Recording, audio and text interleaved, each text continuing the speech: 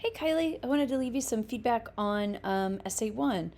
As a whole, I like this. I'm remembering this essay now, or sorry, your week three writing assignment, um, and I feel like you did some work with my feedback, and I'm glad to see that you did that because I think that this version is working better.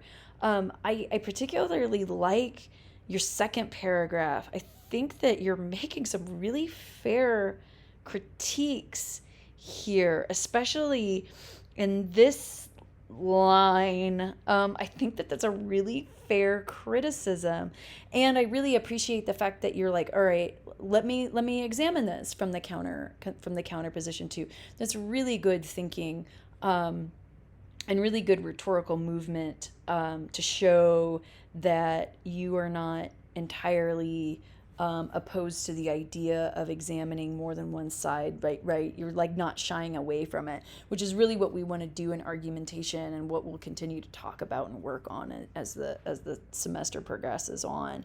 There's just a couple of things here and there that I want to talk to you about, to make this stronger. First off, I think more plot details in the introduction, like creating setting and and that basic plot would be helpful, because you kind of toss the reader into it right away without providing that background information that the reader needs. And I think that if you did that, it would help you get the full 3 pages.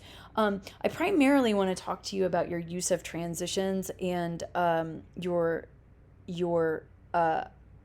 thesis.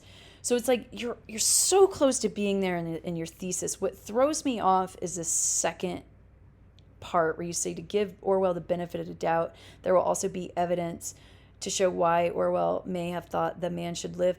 I don't think you need to include that. So essentially what you're saying there is, I'm also going to provide a counter argument, but the reader intuitively, once you get to the counter argument, will know that's what you're doing, so you don't need to spell it out, right? So it's almost like you're saying, and now I'm going to talk about this, but you don't really need to do that in writing. If it's in professional writing, if the sentences are clear, the reader's going to intuitively know that that's what you mean. So I think you might try something like this.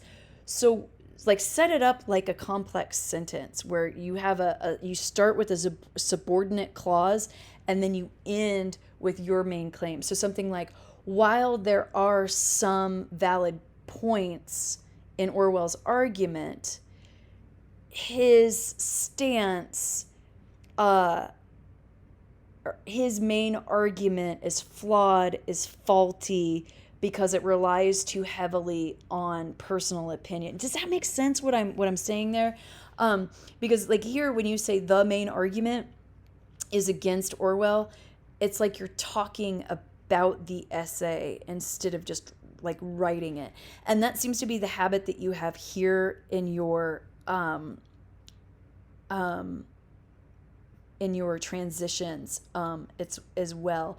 If you can rely on idea transitions where you're using the idea in one paragraph to pivot to the next, it's going to elevate your writing to the next level. So instead of saying, let's take this argument to the opposing side, instead say something like, however, Orwell does indeed have some valid claims in this essay, right? Does that difference make sense? So if you edit out that announcement style language, it's really going to elevate your argument. And let me say this. This is I don't think I've ever seen somebody take this position with Orwell. So one of the things that's really exciting about this is that um, you've really created an original position.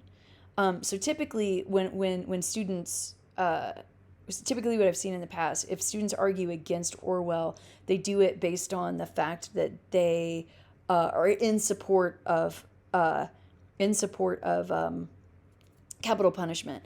And that's perfectly fine to have that idea guide you. But of course, like one of the things that gets in the way with that, just if you were anti-capital punishment, and that's the only thing that you use to try to unpack what Orwell's doing, it really kind of blinds you to the purpose of critical analysis.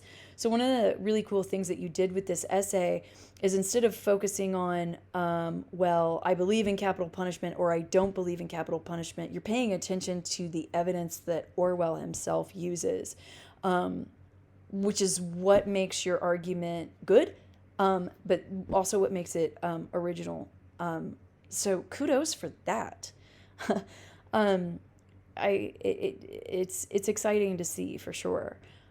So I gave you my feedback on in terms of your thesis statement and your transitions, and if you wanted to revise, those are the areas that I would focus on. All right, Kylie, thanks for this.